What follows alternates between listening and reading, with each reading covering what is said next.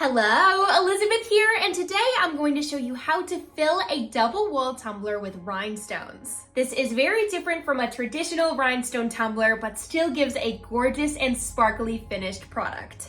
It's also about 1,000 times faster to make, so if you're like, I love the look of rhinestones, but ain't nobody got time to place them one by one, I hear you. This is the project for you. The steps to making this are kind of similar to making a snow globe tumbler, but there's no liquid involved, so it's not nearly as messy. And there's also no degassing process, which can be a pain in the butt. I'm gonna walk you through everything step by step. I started with this plastic double-walled tumbler from Dollar Tree, and this one actually is meant to be customizable. It comes apart so that you can put your own photos or funky paper inside it, which is pretty cool, but that actually doesn't help me because I need the inside cup to stay in place while I fill the space in between the walls with the rhinestones. You can use any plastic double-walled tumbler for this project. First, you need to drill a hole in the bottom of the outer layer of the tumbler. You can use a drill to do this, or I just use a little nail Dremel. And if your layers don't come apart like this one, just be careful not to drill through the inside layer when you're doing this.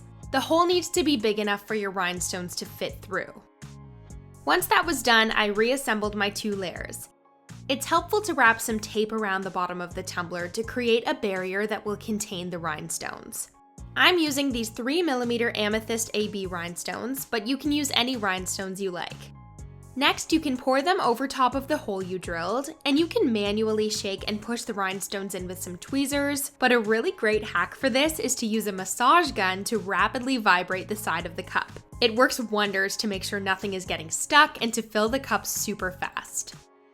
You can keep doing this in batches until the entire tumbler is filled with your stones.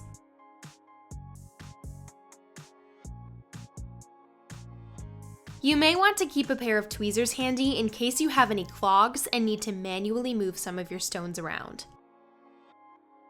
And once it's full, it will look something like this. So the last thing you need to do is seal up the hole on the bottom. I like to use a piece of packing tape to cover up the hole, and honestly, that on its own is pretty sturdy since there's no liquid inside like a snow globe tumbler.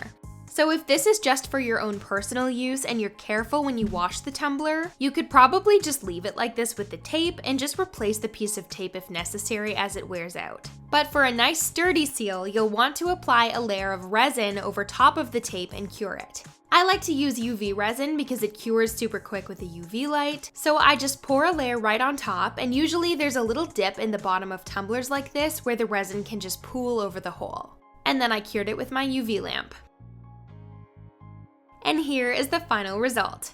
Obviously, there's no way to make all the stones sit in the same direction, so you get some showing the shiny side and some showing the back side, which may look very different depending on the type of rhinestones you're using. I think the mixture looks pretty cool. We get some sparkle, but we also get some of that amethyst color, so it makes for an interesting textured finish. If these black areas bother you, you could totally paint or glitter that inner cup to match your stones before reassembling and filling the tumbler. But most double wall tumblers are just transparent on the inner wall anyway, and don't come apart like this one does. So that will probably be a non-issue for you.